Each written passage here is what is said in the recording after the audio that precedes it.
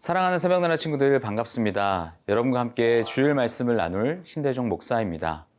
우리 모두 각자의 자리에서 주님을 전심으로 예배하는 사람들이 되기를 축복합니다. 영과 진리로 예배하는 우리 새나 친구들이 되기를 바랍니다. 혹시 길을 잘못 가본 적이 있나요? 처음에는 별 생각 없이 갔는데 어느 순간 이 길이 아닌데 싶을 때가 있죠. 문제는 그때 돌아서야 하는데 그냥 간다는 겁니다. 좀 더 가면 뭐라도 나오겠지라는 생각으로 말이죠. 이번 여름 제가 섬기는 교회에서 일본 오사카 단기 선교를 다녀왔는데요. 일정을 다 마치고 밤에 빨래를 하려고 일본 현지 코인 빨래방을 찾아서 가는 길이었어요. 현지에 도착한 지 한 3, 4일이 되어서 어느 정도 길이 익숙해졌다 생각했었죠. 그래서 지도도 켜지 않고 느낌으로만 가는데 이 정도 가면 예상하는 건물이 나와야 하는데 나오지 않는 거예요. 그래서 뒤늦게 지도를 켰더니 역시는 역시죠. 잘못된 길로 가고 있더라고요. 이럴 때 필요한 것은 바로 유턴입니다. 다시 돌아가는 거죠. 그래서 다시 돌아가 올바른 길로 가서 목적지인 빨래방에 도착할 수 있었습니다. 오늘 말씀 속에서도 하나님이 우리에게 지금 그 자리에서 돌이켜라고 말씀하십니다. 지금 멈추고 방향을 바꿀 것을 지금이 기회라고 말씀하십니다. 우리 함께 말씀을 살펴보겠습니다. 오늘 말씀의 제목은 거기서 돌이키라입니다. 오늘의 말씀은 에스겔 18장 21절에서 32절입니다. 그러나 만약 악한 사람이 자기가 저지른 모든 죄에서 돌아서서 내 모든 법령을 지키고 공정하고 올바른 것을 행하면 그는 반드시 죽지 않고 살 것이다. 그가 저지른 범죄가 하나도 그에게 불리하게 기억되지 않을 것이다. 그가 행한 의로움으로 인해 그가 살 것이다. 내가 악한 사람이 죽는 것을 조금이라도 기뻐하겠느냐? 주 여호와의 말이다. 오히려 그가 자기 길에서 돌이켜 사는 것을 내가 기뻐하지 않겠느냐? 그러나 의인이 자기의 의로움을 떠나서 죄를 짓고 악한 사람이 하는 대로 모든 혐오스러운 일들을 한다면 그가 살겠느냐? 그가 행했던 자기의 의로움은 하나도 기억되지 않을 것이다. 그가 신실하지 않게 행했던 것과 그가 저지른 죄들로 인해 그는 죽을 것이다. 그러나 너희는 말한다. 주의 방식이 공평하지 않다. 이스라엘 족속아 들으라. 내 길이 공평하지 않은 것이냐? 너희의 길이 공평하지 않은 것 아니냐? 의인이 자기의 의로움을 떠나 불의를 저지르면 그것 때문에 그는 죽을 것이다. 그가 저지른 불의 때문에 그가 죽을 것이다. 그러나 악인이 자기가 저지른 악에서 떠나서 공정하고 올바른 일을 하면 그는 자기 목숨을 보존하게 될 것이다. 그가 깨닫고 자기가 저지른 모든 죄들을 떠나면 그가 반드시 살고 죽지 않을 것이다. 그러나 이스라엘 족속은 말한다. 주의 길이 공평하지 않다. 이스라엘 족속아, 내 길이 공평하지 않은 것이냐? 너희의 길이 공평하지 않은 것 아니냐? 이스라엘 족속아, 그러므로 내가 너희를 각각 자기의 행동대로 심판할 것이다. 주 여호와의 말이다. 회개하라. 너희의 모든 죄에서 돌아서라. 그러면 죄악이 너희를 넘어지게 하는 걸림돌이 되지 않을 것이다.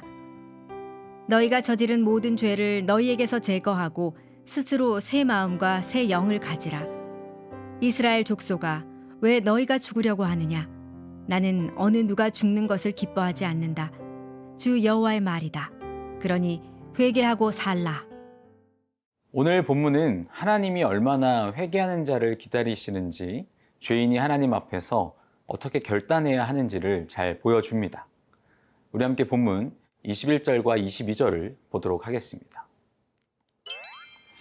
그러나 만약 악한 사람이 자기가 저지른 모든 죄에서 돌아서서 내 모든 법령을 지키고 공정하고 올바른 것을 행하면 그는 반드시 죽지 않고 살 것이다. 그가 저지른 범죄가 하나도 그에게 불리하게 기억되지 않을 것이다. 그가 행한 의로움으로 인해 그가 살 것이다. 하나님은 악인이라 하더라도 돌이켜 회개하고 공의를 지키면 반드시 살 것이며 그의 죄를 기억하지 않으신다고 약속하십니다. 하나님께는 과거에 저지른 죄보다 지금의 태도가 중요하고 아무리 악인이나 하더라도 그를 죽이시기를 기뻐하지 않으시며 악인이 돌이켜 악한 길을 떠나는 것을 기뻐하시는 분이라는 거죠. 이 말씀은 너무나도 강력한 말씀의 은혜입니다. 많은 사람들이 과거의 실수나 죄로 인해 죄책감에 얽매여 하나님께 가까이 가지 못하거나 반대로 과거에 하나님 열심을 섬기었던 그 헌신했던 경험의 근거에 자기는 무조건 구원을 받는다라는 교만에 빠져 있기 때문이죠. 이 두 모습은 서로 반대인 것 같지만 본질적으로는 다를 바가 없다는 겁니다. 하나님은 이미 늦었다며 절망하는 자들에게 늦지 않았으니 지금 돌이키라 말씀하시며 또 과거에 붙잡혀 신앙의 관성에 빠져 있는 자들에게도 어서 깨어 지금 돌이키라 말씀하십니다. 하나님은 우리에게 이렇게 말씀하십니다. 지금 돌이키기만 하면 내가 너를 살게 할 거야. 다시 시작할 수 있어. 이 말씀이 주는 소망은 우리의 과거가 우리의 미래를 결정하지 않는다라는 거예요. 지금 선택이, 지금 돌이킴이 새로운 생명의 시작이라는 겁니다. 사랑하는 새벽나라 친구 여러분, 오늘 우리에게 중요한 질문은 이겁니다. 나는 지금 하나님을 향하고 있는가? 나는 지금 돌이키고 있는가? 하나님은 지금도 우리가 죄의 길에서 멈추고 돌아서기를 원하세요. 멈춘다는 건 용기가 필요하지만 하나님의 길에서 떠나 치우쳐 있다면 우리는 돌이켜야 합니다. 그게 하나님이 원하시는 모습이에요. 우리의 삶을 다하여 하나님을 선택하며 하나님의 사람으로 살아가기로 결단하는 우리가 되기를 소망합니다.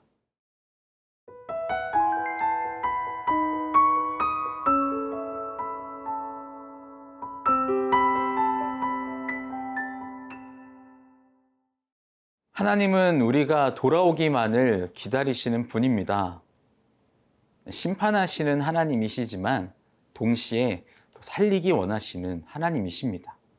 우리 함께 본문 30절과 31절 말씀을 보겠습니다.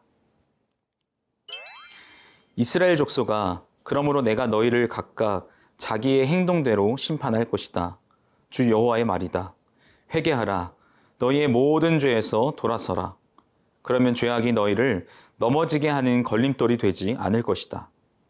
너희가 저지른 모든 죄를 너희에게서 제거하고 스스로 새 마음과 새 영을 가지라. 이스라엘 족속아, 왜 너희가 죽으려고 하느냐?